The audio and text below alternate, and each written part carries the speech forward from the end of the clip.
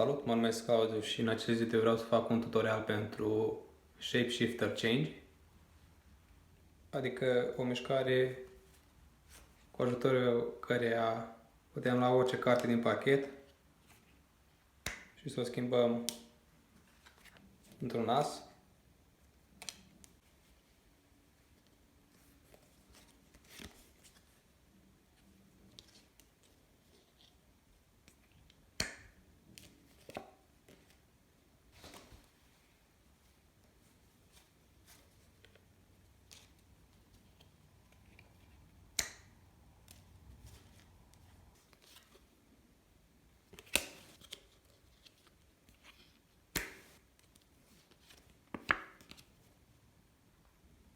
Acum, haideți să trecem la tutorial.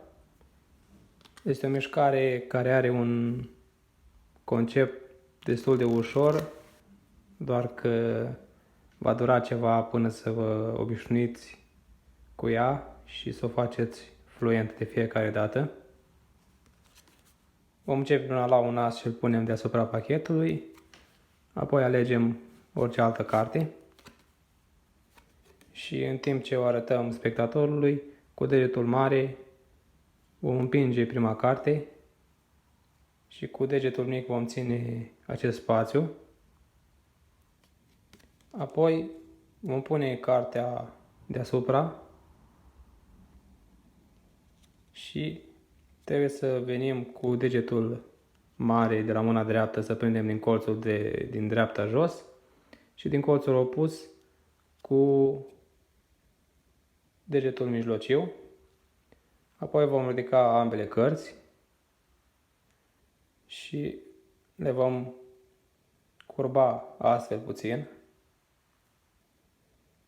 Apoi vom veni cu degetul mare de la mâna stângă și cu degetul mijlociu din colțurile opuse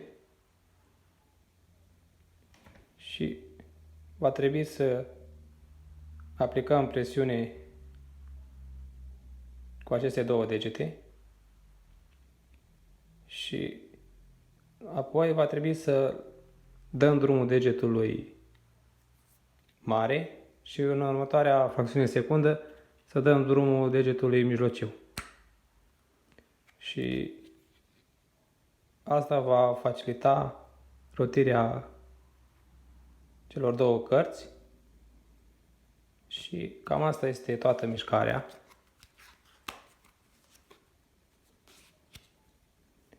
Aici va trebui să avem grijă ca aceste două cărți să fie aliniate perfect, pentru că dacă nu vor fi, când le vom lua, se vor vedea că sunt două cărți.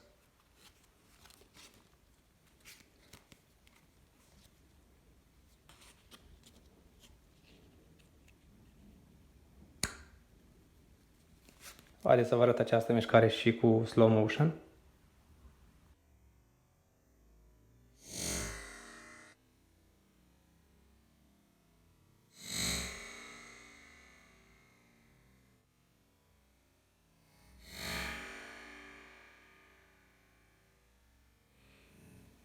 După cum am mai spus, este o mișcare destul de dificilă. Va trebui să exersați destul de mult până să ajungeți să o faceți bine.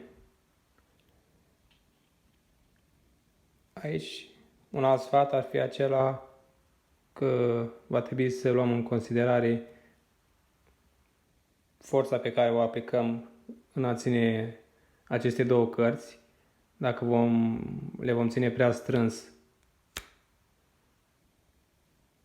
nu vom putea face o rotație completă.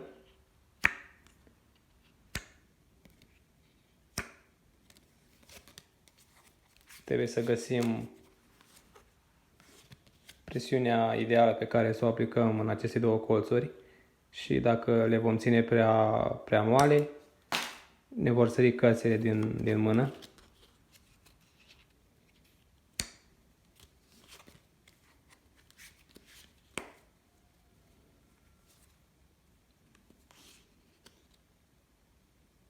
Aici îmi place să Fac foarte rapid această mișcare în colțul de jos, care asigură că vom avea cele două cărți alineate perfect.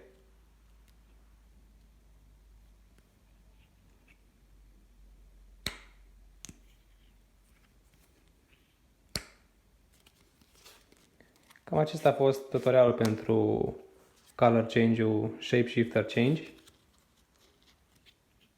Nu uitați să vă abonați. Eu am fost Claudiu și ne vedem data viitoare.